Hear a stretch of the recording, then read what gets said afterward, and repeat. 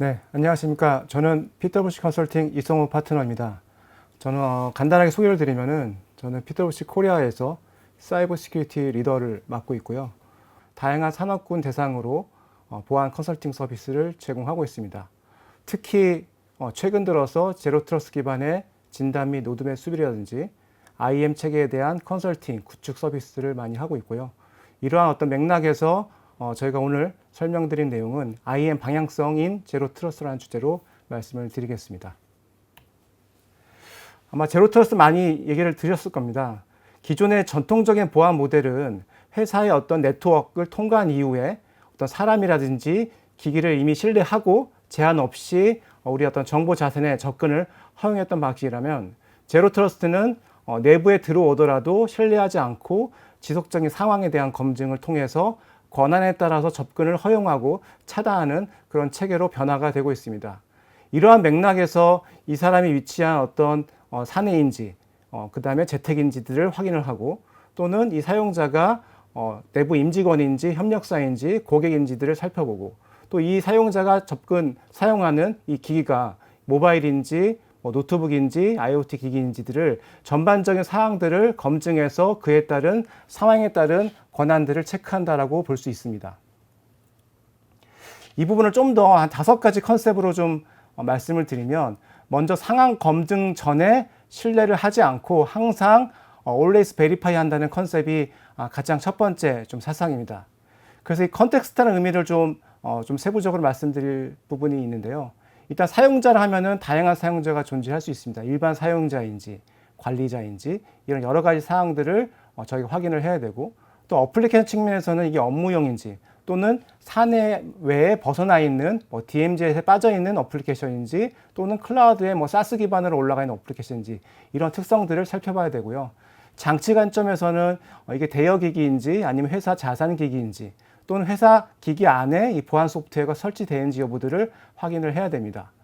그리고 위치 측면에서는 사무실 자택, 또 네트워크 관점에서는 이게 사내 IP인지 외부 IP인지 또는 외부 IP인데 되게 위험한 IP인지들을 살펴보고 우리가 접근하려는 데이터가 얼마나 중요한지 이런 전반적인 컨셉트를 위험 기반으로 스코어링해서 접근을 허용하거나 거부하는 이 컨셉이 있기 때문에 앞에서 뭔가 아이디 패스워드 기반으로 들어왔다 하더라도 전반적인 사항들을 복합적으로 판단해서 지속적으로 권한들을 체크하는 이런 개념이 가장 첫 번째 컨셉이라고 말씀드릴 수 있을 것 같고요.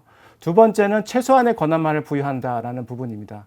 실제로 이 다양한 어플리케이션들을 비롯해서 다양한 데이터들이 존재하는데 과연 이 사람한테 이 시스템 또는 그 시스템 안의 메뉴, 화면, 데이터에 대해서 접근할 수 있는 권한을 줄 건지에 대한 여러 가지 고민들을 많이 하실 텐데 실제로 그런 권한들을 가장 최소화함으로써 실제 우리가 얘기하고 있는 제로 트러스트의 권한 체계들을 같이 고려할 수 있다라고 말씀드릴 수 있을 것 같고요.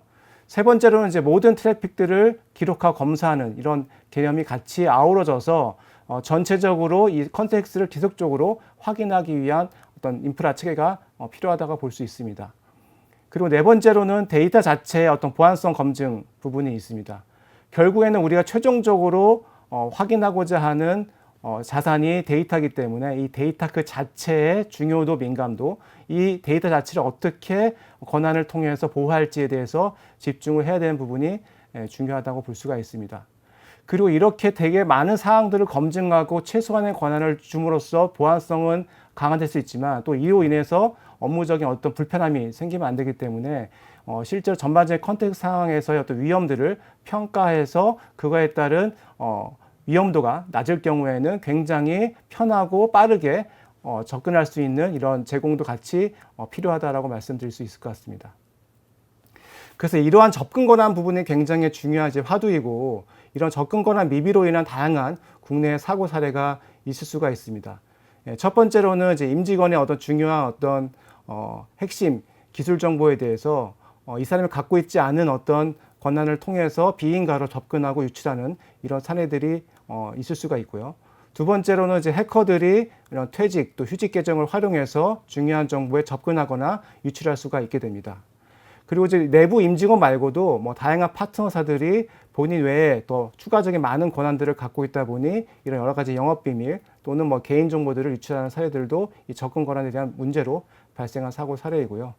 네 번째로는 이제 특정 담당자가 뭔가 과도한 시스템 권한을 갖고 있다 보니 이런 시스템들을 여러 개 활용함으로써 본인이 어떤 특정한 어떤 부정 비리를 실제 발생하는 케이스도 있습니다. 그리고 다섯 번째로는 이제 뭐 공장 또 업무 담당자들이 본인의 어떤 권한을 많이 활용해서 악의적으로 뭐 이런 생산 관리 시스템이라든지 특정 파일을 다 지움으로써 뭐 공장이 중단되거나 업무가 마비되는 이런 사항들도 이런 접근 권한 미비로 인해 발생한 사고 케이스이고요. 마지막 여섯 번째로는 이 권한 관리라는 게 향후에 이런 데이터의 신뢰성을 보장하는 부분이기 때문에 외부 감사인의 입장에서 계정 권한 관리가 미비할 경우 이런 뭐 ERP상의 재무 데이터들을 신뢰하지 않는 이런 부분들이 또 컴플라이언스적으로 측면으로 발생할 수 있기 때문에 이걸 종합적으로 크게 네 가지의 어떤 발생 가능한 리스크로 다시 말씀드리면은 정보 유출 관련한 리스크, 또 부정 비리 리스크, 업무 중단 리스크, 컴플라이언스 리스크, 이 리스크들을 결국 이 권한 관리를 잘 함으로써 해칭할 수 있다라고 볼 수가 있고요. 이를 고려한 전사 관점의 접근 통제, 권한 관리 체계가 필요하다라고 볼 수 있을 것 같습니다. 그래서 IAM 컨셉을 말씀을 드리면 결국에는 이 사용자가 적시에 본인에 맞는 권한에 따라서 안전하고 편리하게 업무 환경을 제공하고 이 실제 계정 권한을 관리하는 측면에서도 효율성을 제공하는 이런 시스템이라고 볼 수 있을 것 같은데요. 결국 이 전사 일관된 각각 개별 시스템에서 이 권한을 관리하는 게 아니고 전사에서 일관된 정책을 통해서 그 사람에 필요한 어떤 적시에 계정과 권한을 부여하고 결국 이 사람의 신원인 계정을 근간으로 이 사람을 확인하고 향후에 이제 부여된 어떤 권한에 따라서 어떤 전사 IT 자원에 접근할 수 있게 하는 이런 전체적인 통합 관리 체계다라고 말씀드릴 수 있을 것 같습니다. 그래서 우리가 얘기하는 IT 리소스라고 하면은 뭐 어플리케이션 또 비롯해서 서버, DB, 뭐 네트워크, 그다음에 각종 전사 플랫폼들, 퍼블릭 클라우드를 망라해서 전체적인 정책 하에서 그 IAM에 대한 라이프 사이클, 신청, 승인, 부여, 잠금, 회수, 모니터링 이런 전반적인 것들을 통합해서 관리할 수 있는 체계로 저희가 컨셉을 말씀드릴 수 있을 것 같습니다. 그래서 IAM2B 이미지를 좀 더 구체적으로 말씀드리면 이 IAM이라는 게 단편적인 권한 관리가 아니고 결국 E2E 관점에서 전사 접근 통제, 권한이 통합된다고 볼 수 있을 것 같습니다. 첫 번째 단계로 프리벤션 단계로 보시면은 결국 사용자 어떤 사람이 사용하는 기기를 통해서 로그인 인증을 할 때 어떤 리스크 평가를 통해서 이 접근이 얼마나 위험한지 또는 경계를 해야 되는지 안전한지를 판단해서 그에 따른 차단 또는 추가적인 인증 또는 허용할 수 있는 체계로 실제 접근을 이제 제어하게 되고요. 이 시스템 접근을 하더라도 다시 한번 이 사람이 갖고 있는 롤이라든지 속성을 통해 가지고 최종적으로 메뉴에까지 접근할 수 있게 하는 이런 전반적인 체계들을 프리벤션 단계에서 지원을 하게 됩니다.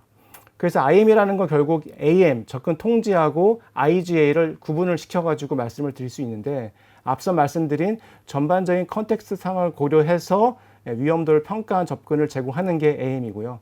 전반적인 각 시스템에 대한 계정과 권한을 통합적으로 관리하면서 자동으로 권한을 프로비저닝하거나 회수하는 그런 체계를 IGA라고 이야기를 하고 있습니다. 특히 이제 IG에서 좀 중요한 역할을 볼 수 있는 게 이런 정책과 권한 그룹들을 수동으로 관리하는 게 아니고 뭐 AI 기반의 롤 마이닝 기법으로 권한을 최적화한다든지 하는 부분들이 같이 중요한 또 하나의 기능으로 포함될 필요가 있을 것 같고요. 이러한 프리벤션 단계에서 디텍션 단계로 넘어가게 되면 이런 이상한 접근에 대해서 이상 징후 시나리오 기반으로 이상 징후들 탐지하고 이에 따른 접근 차단, 잠금, 회수 또 그에 따른 대응 결과를 피드백하는 이런 전반적인 체계들이 같이 아우러져야지만 전반적으로 IAM 체계가 잘 구축됐다라고 얘기를 할 수 있을 것 같습니다. 그래서 이러한 부분들을 좀 구축 사례로서 말씀드리면 IAM 체계라는 게 단순히 IT 시스템을 의미하는 게 아니고 정책부터 해서 조직 거버넌스, 전반적인 정책 프로세스를 기반으로 전사 IT 시스템이 같이 구축이 돼야 됩니다. 뭐 이를 위해서는 각각 개별 시스템을 그냥 IAM 시스템과 연계하는 게 아니고 개별 시스템의 권한 체계 자체를 재설계하고 잘못된 권한을 클린징하고 그 다음에 이러한 권한들이 자동화될 수 있게 하는 자동화 룰 또 여러 가지 직무 분리와 관련된 룰들을 수립을 해서 전반적으로 성과 지표를 가지고 모니터링이 돼야 되고요.